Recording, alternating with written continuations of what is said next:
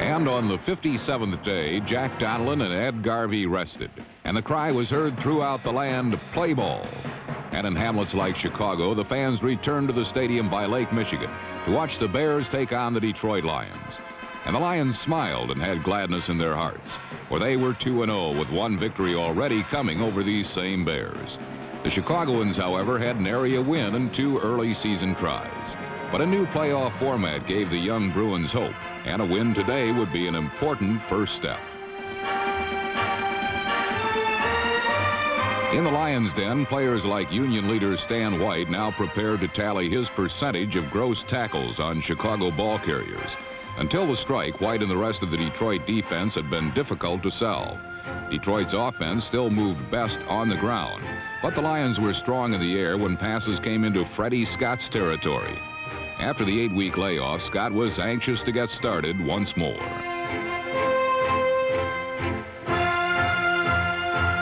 And the cry of "Give it to Walter" was ready to be heard from box seat to bleacher.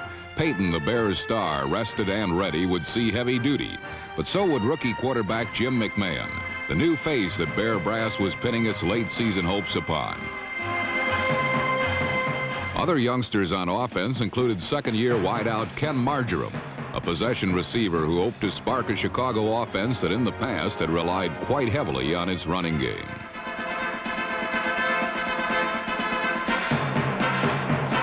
Yea, verily, the strike appeared over at last, and the players appeared with their game faces on.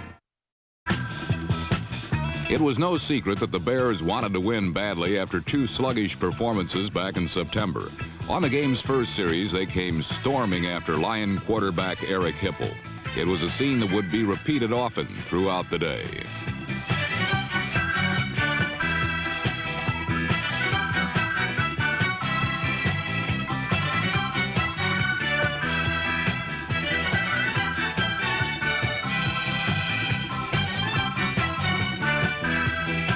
Hipple would be frequently forced to throw the ball before he wanted, and this resulted in the game's first key play, an interception by number 44, Terry Schmidt.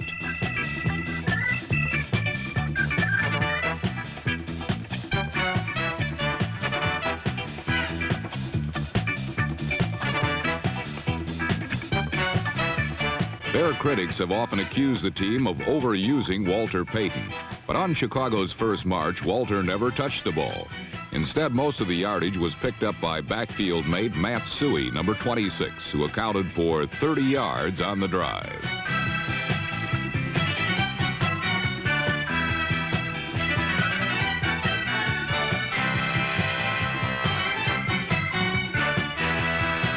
The Lions kept the Bears from the end zone, but kicker John Rivetto salvaged matters with a 51-yard field goal, the 3rd longest in Bears history.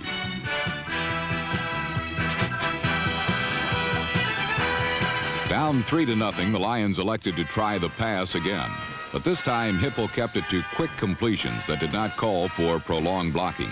Over the middle, the quick hitter was perfectly suited for Detroit tight end David Hill, number 81.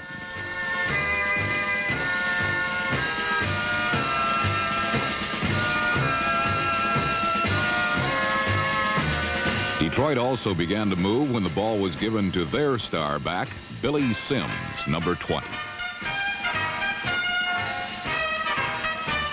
But the biggest offensive spark came when the Lion defense got a turnover deep in Bear territory.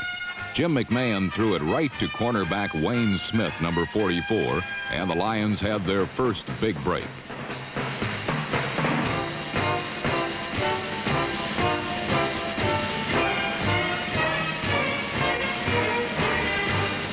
Detroit needed only 12 yards for a touchdown, and Hipple got 11 of them on a quarterback rollout.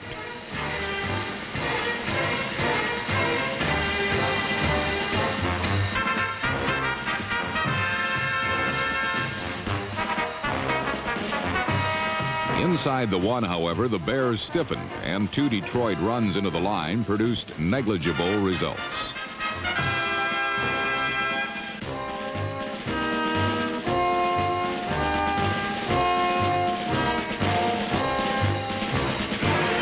On 3rd and goal, Hipple faked it to Sims, then escaped Chicago pursuit to find wide receiver Mark Nichols, number 86, for the game's first touchdown.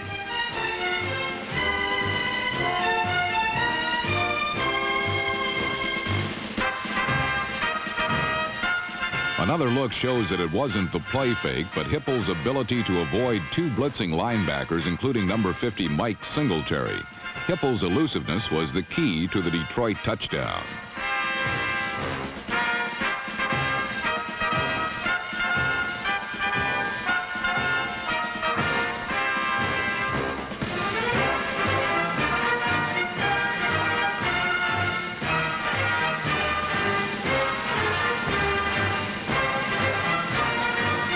It had taken the Lions 13 minutes to score their first touchdown, but it was only a matter of seconds until they chalked up another.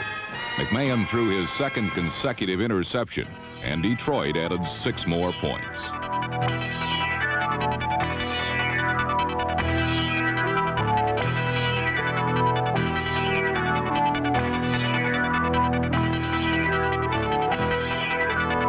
Ten-year veteran Ray Oldham, number 23, returned the theft 35 yards, and the Lions appeared to be picking up right where they left off before the strike. Unfortunately for the Bears, they too resembled their 0-2 team of September.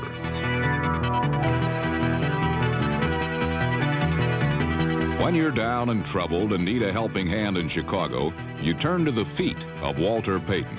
And as usual, Payton delivered.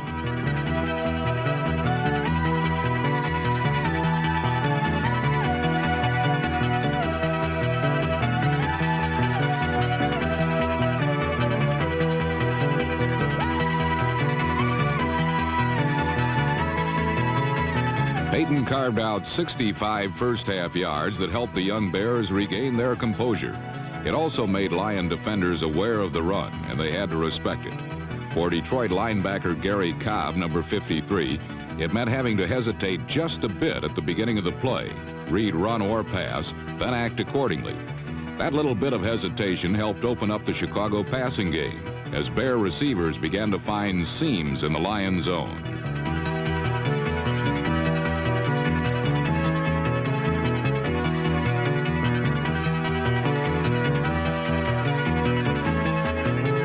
Completion to James Scott, number 89, was one of McMahon's best of the day.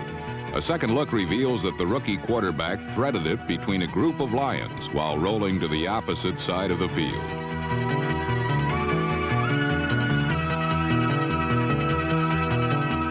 More outstanding play was turned in by the Chicago pass rush, which kept constant pressure on Hippel throughout the entire first half.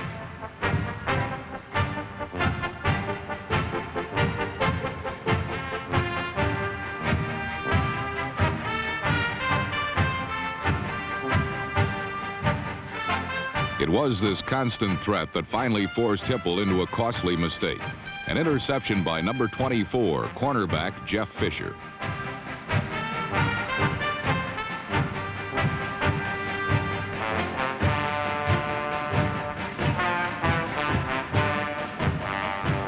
An interception had set up Detroit's first touchdown, and such was the case with the Bears. McMahon wasted little time going for the end zone. And second-year receiver Ken Marjoram, number 82.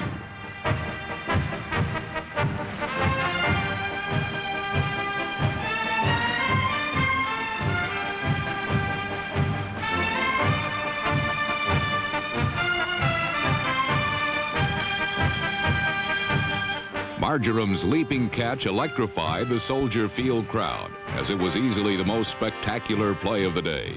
Coming just before the half, it helped the Bears regain some lost confidence. It also made Kenny Marjoram an instant Windy City hero.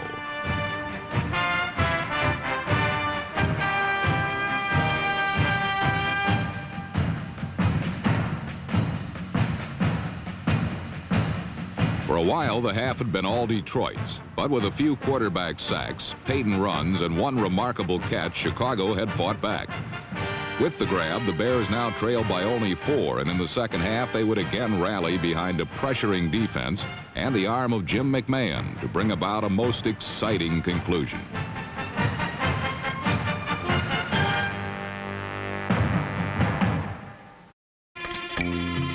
After cutting Detroit's lead to 14-10 late in the second quarter, the Chicago Bears emerged from their locker room confident that they could win their first game for head coach Mike Ditka. Ditka decided to start rookie Jim McMahon at quarterback, and McMahon picked up where he had left off in the first half, throwing to Ken Marjoram.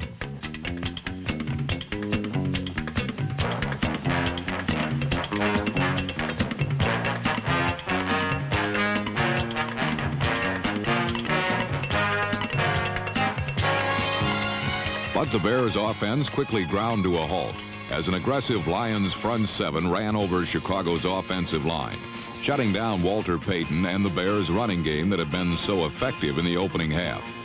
The main man for the Lions was number 60, Bubba Baker, one of the NFL's resident free spirits, who also happens to be one of its finest defensive ends, particularly against the pass.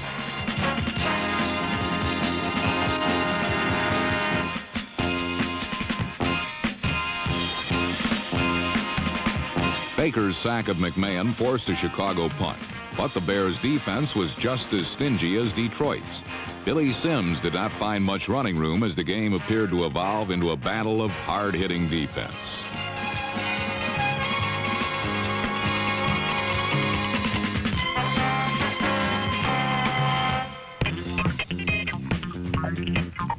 Jim McMahon saw to it that some offense was injected into the contest.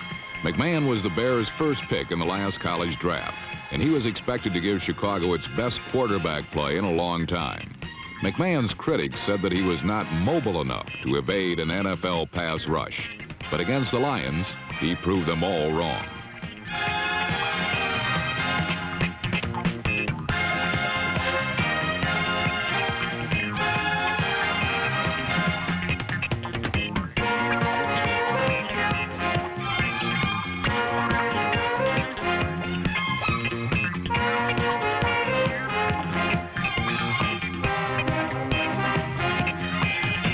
McMahon's mobility distinguished Chicago's second possession of the third quarter as he marched the Bears deep into Lions territory.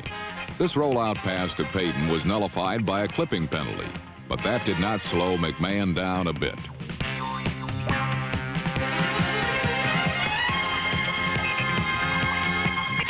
On the next play, the rookie, after another rollout, found Emery Moorhead in the end zone for a Chicago touchdown.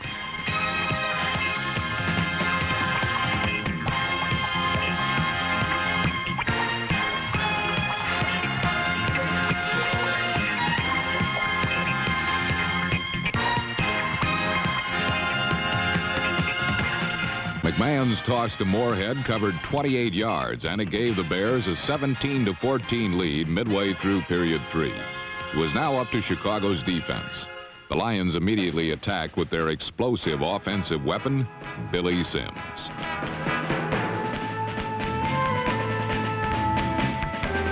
Sims picked up 17 yards. Then quarterback Eric Hipple dropped back to pass.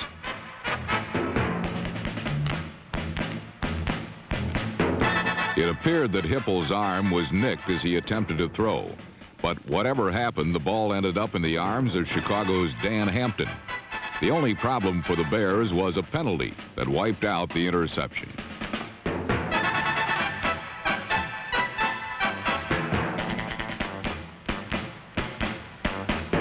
Granted a reprieve, Hipple went back to the air to get the Lions' offense going.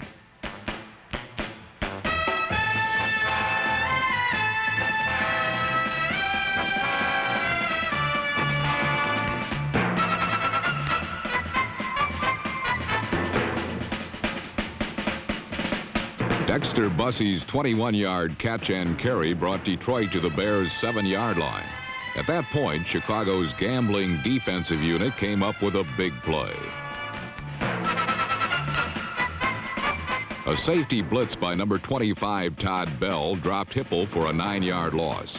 On the next play, Chicago again tried to shake up the Detroit quarterback, this time sending cornerback Leslie Frazier on an outside blitz.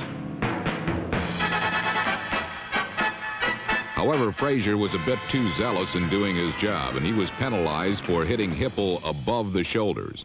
The personal foul gave the Lions a 1st and goal on the Chicago 8-yard line. In 1981, Eric Hipple took over as the Lions' starting quarterback in the 7th week of the season. What Hipple did so well was exhibit a flair for the big play.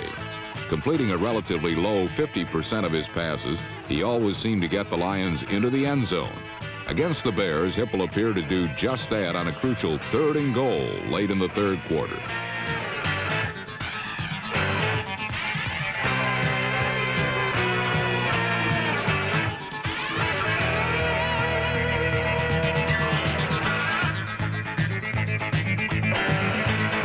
This apparent touchdown to Tracy Porter never really happened, as the officials ruled that Hipple was already down at the 15-yard line.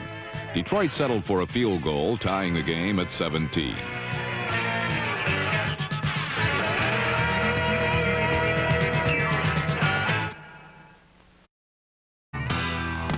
McMahon had played well in his first NFL start through most of 3 quarters. But for the Bears to gain their first win of the 1982 season, the rookie would have to perform under pressure in the final period. When he ended the 3rd period with an errant toss that settled gently into the hands of James Hunter, number 28, it appeared that McMahon would wither under the 4th quarter spotlight.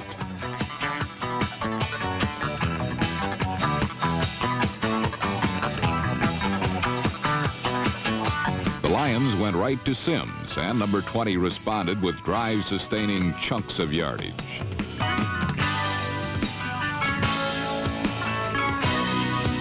But whenever Detroit seemed to be moving the ball well, the Bears' defense stuck its nose right in the way.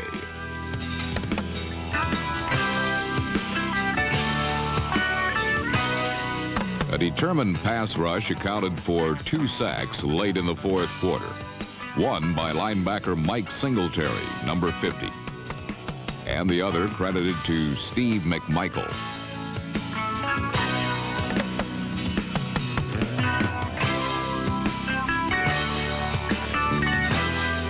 The Bears had prevented Hipple, Sims, and the rest of the Lions offense from coming up with a big play all game long, and the members of the defense had the battle scars to prove it.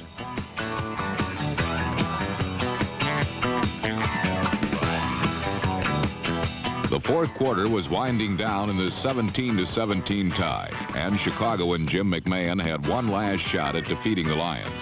The Bears regained possession with 49 ticks left in regulation. Could the rookie quarterback pull this one out for the Bears? After a run and an incompletion, McMahon again demonstrated his mobility, this time adding poise to his growing list of attributes, as he found Ricky Watts along the sideline to stop the clock.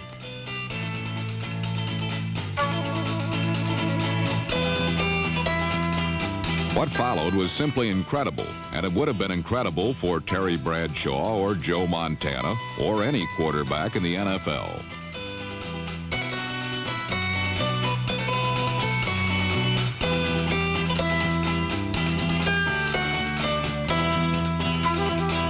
With 17 seconds left, McMahon lofted a perfect pass to tight end Emery Moorhead, streaking down the middle of the field. Moorhead was dragged down from behind at the Detroit 1-yard line with 7 seconds remaining in the game. Lost in the excitement over McMahon's amazing performance was the play of Moorhead, number 87. A free agent, Moorhead caught the go-ahead touchdown in the 3rd quarter before his big catch brought Chicago to the brink of victory.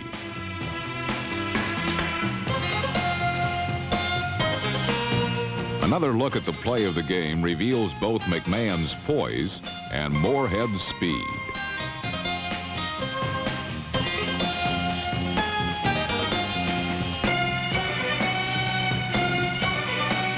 A former wide receiver, Moorhead has the ability to outrun many of the NFL's defensive backs. On this occasion, his speed served him well.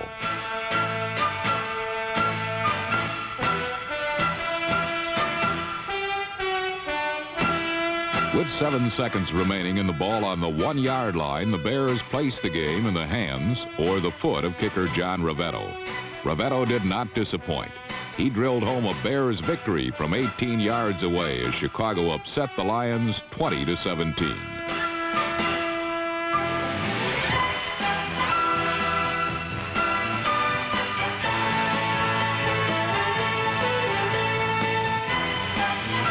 team that had played so poorly before the strike, the win was something of a salvation. With the strike-shortened season and a revamped and more lenient playoff structure, the Bears can make the playoffs with just a few more exhilarating performances like the one against Detroit.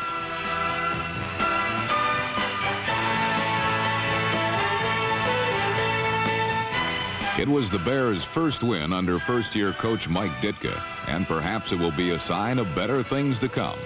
For it was a rookie named McMahon that played the starring role in this Chicago victory.